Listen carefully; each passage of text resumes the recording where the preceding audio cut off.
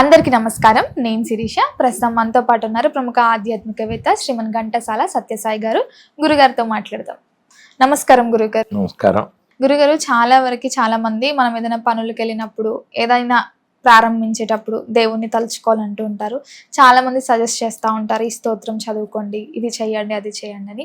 మరి విద్యార్థుల విషయానికి వస్తే, ఎవరైతే విద్యార్థులు మాకు జ్ఞాపక శక్తి పెరగట్లేదు, ఎంత చదివినా గుర్తుండట్లేదు అని బాధపడుతూ ఉంటారు, కరెక్ట్ ఎగ్జామ్ హాల్కి వెళ్ళేసరికి మొత్తం అన్నీ మర్చిపోతూ ఉంటారు.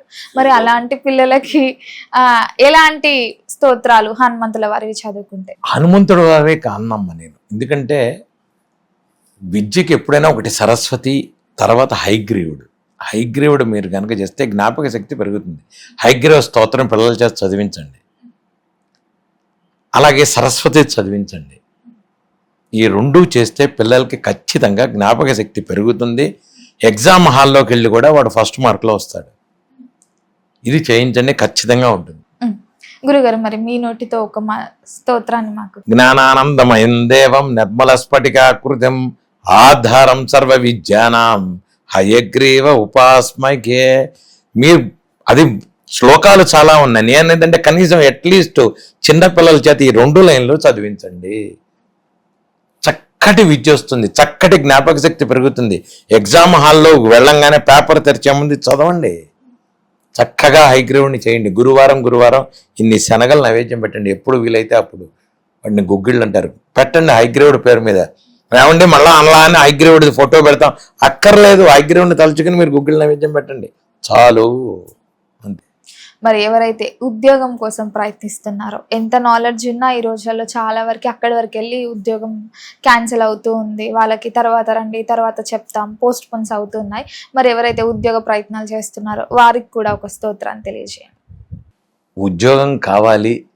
ఉద్యోగం అంటే ఇప్పుడు ఒకటి చెప్తానమ్మా, ఇక్కడ కర్మలలో ఉన్నాయా లేదా, పెరిగిందా తగ్గిందా, వాళ్ళు ఎందుకు ఉద్యోగం వాళ్ళ పరిస్థితులను బట్టి, ఇప్పుడు ప్రమోషన్లు రావచ్చు, ఉద్యోగాలు కావచ్చు, ఇంకోటి కావచ్చు. ఈ శని మహారదశలో అవి ఇవి నానా గోళ. ఏమండి వీడు వెళ్ళంగానే ఎవడో హారోస్కోప్ పడుతుంది, మీకు శని బాగాలేదు, అది బాగాలేదు, ఇది బాగాలేదు, మీరు అవి చేయండి, ఇవి చేయండి. నేను ఒకటే చెప్తా, మీరు అందరూ కూర్చుని చక్కగా నిష్టగా హనుమాన్ చాలీసా చేయండి. హనుమాన్ చాలీసాలో మీకు కావాలి అంటే అష్టసిద్ధి నవనిధికే దాత అశ్వరదిన జానకి మాత, ఇది చెయ్యండి. ఏమండి మాకు ఉద్యోగంలో ప్రమోషన్లు లేవు, లేకపోతే ఇంకోటి లేదు, మాకు ఇంట్లో కొట్టుకుంటున్నాం, ఉద్యోగాలు లేక సామాన్యంగా ఏమవుతుందంటే ఆర్థిక సమస్య వస్తేనే ఇక్కడ వస్తాయి. సంకట హటే మిటే సభ పీర జోసుమరే హనుమత బల వీర, ఇది సంపుటీకరణ చేయండి. నేను చెప్పింది సంపుటీకరణ చేయమంటున్నా, ఊరికిన అదొక్కటే చదవమని చెప్పట్లే. హనుమాన్ చాలీసాతో సంపుటీకరణ చేయండి. ఇందాక నేను చెప్పినట్టుగా సంపుటీకరణ అష్టసిద్ధి నవనిధికే దాత ఉద్యోగానికి చేయండి. భార్యాభర్తలు కొట్టుకుంటున్నారు, సంకట హటై మిటై సభ పీర జోసుమరే హనుమత వీర, ఇది చెయ్యండి. అనారోగ్యం నా శైరోగ హరే సభ పీర జపత నిరంతర హనుమత వీర చేయండి. అనారోగ్యానికి నాసేరోగం. ఇక్కడ ఒక్కటి చెప్తున్నా మళ్ళీ మీ అందరికీ, భక్తి ముఖ్యం. ఆయన ఏదో చెప్పాడు అవుతుందా కాదా, మీకు నేను ఒక మనిషిగా తీసుకుని ఏదో చెప్పాడు టీవీలో వస్తుందని చూడకుండా పరిపూర్ణంగా భక్తిగా మీరు చెయ్యండి. పరిపూర్ణమైన భక్తి 100% మళ్ళీ ప్యూర్గా చేయండి. మీకు అవ్వకపోతే నన్ను అడగండి. ఏదో చేద్దాంలే చూద్దాంలే, ఆయన ఏదో చెప్పాడు కదా చేద్దామని స్వామివారి ముందు కూర్చోవద్దు. భక్తితో కూర్చోండి, పని అవుతుంది, ఖచ్చితంగా అవుతుంది. 11 రోజులు చేయండి, అవ్వలేదు ఇంకో 11 రోజులు చేయండి, ఖచ్చితంగా మీకు కాల్ లెటర్ వస్తుంది, మీకు ఉద్యోగం వస్తుంది, మీకు ఆరోగ్యం బాగుపడుతుంది. నేను మళ్ళా చెప్తున్నా, మీరు నేను చెప్పిన మాటల్లో ఇవి చెయ్యండి. హనుమాన్ చాలీసా అద్భుతమైన మంత్రం. తులసీదాసు గారికి ఆంజనేయ స్వామి ఒట్టు వేసి చెప్పి, నీకెందుకు ఇది చేయించి ఎవరి చేతైనా శని దోషాలు ఉండవు, అనారోగ్యాలు ఉండవు, అష్టసిద్ధులు ఇస్తాను నేను, చేసుకోండి మీరు, నేను ఎలాంటి వాడినో మిమ్మల్ని అలాంటి వాడిని చేస్తాను అని చెప్పాడు.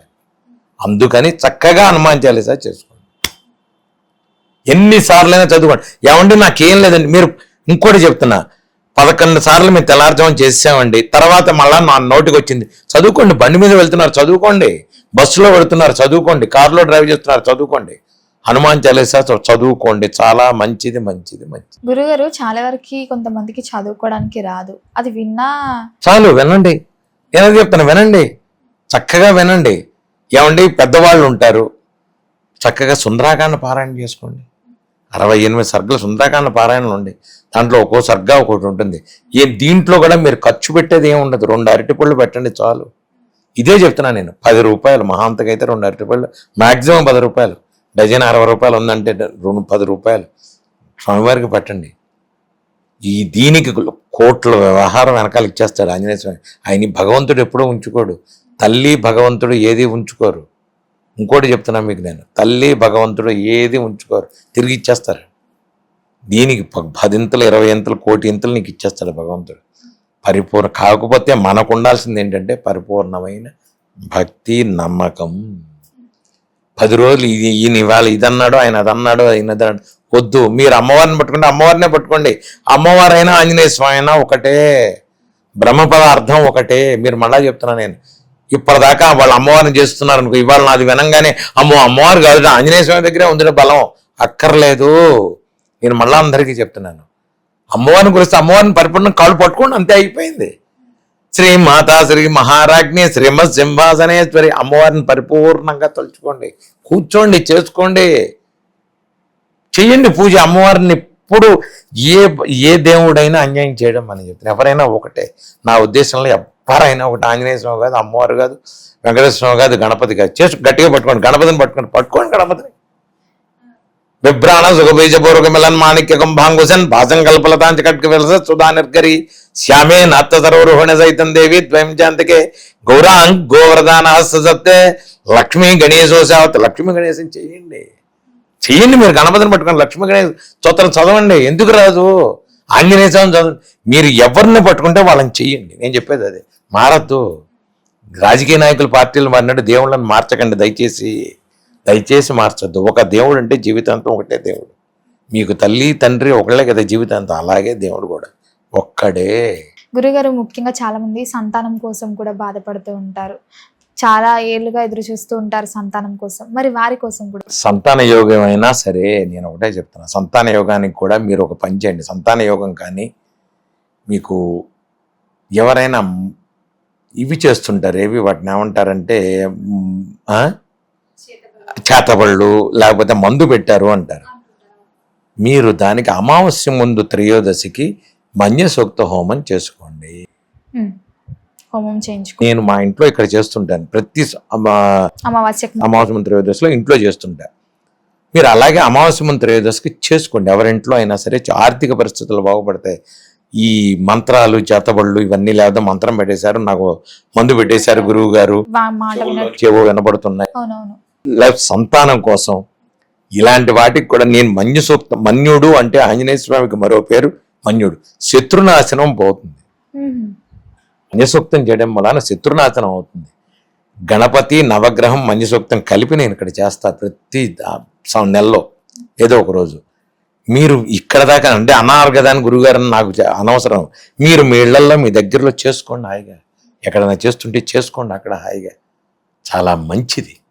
మన్యసూక్త హోమం చేయండి. మీరు ఇప్పుడు అన్నారు సంతానం కోసం చేయొచ్చు, చేతబళ్ళు వాటికి చేసుకోవచ్చు. లక్ష్మీ గణేష్ని చేసుకోండి, గణపతిని చేసుకోండి. మీరు ప్రత్యేకంగా ఏదో ఎక్స్ట్రా ఈ రోజుల్లో వచ్చే దేవుళ్ళ దగ్గరికి ఏమి వెళ్ళక్కర్లేదు. భగవంతుడు మనకి పూర్వీకులు మనకి బోల్డంత భాండాగారం ఇచ్చారు. ఒక్క ఆంజనేయ స్వామిలోనే ఇన్నప్పుడు ఇంకా ఎన్ని ఉంటాయంటారు మనకి. కనుక హాయిగా చేసుకోండి, పరిపూర్ణంగా నమ్మండి భగవంతుడిని, చేసుకోండి, అంతే నేను చెప్తాను.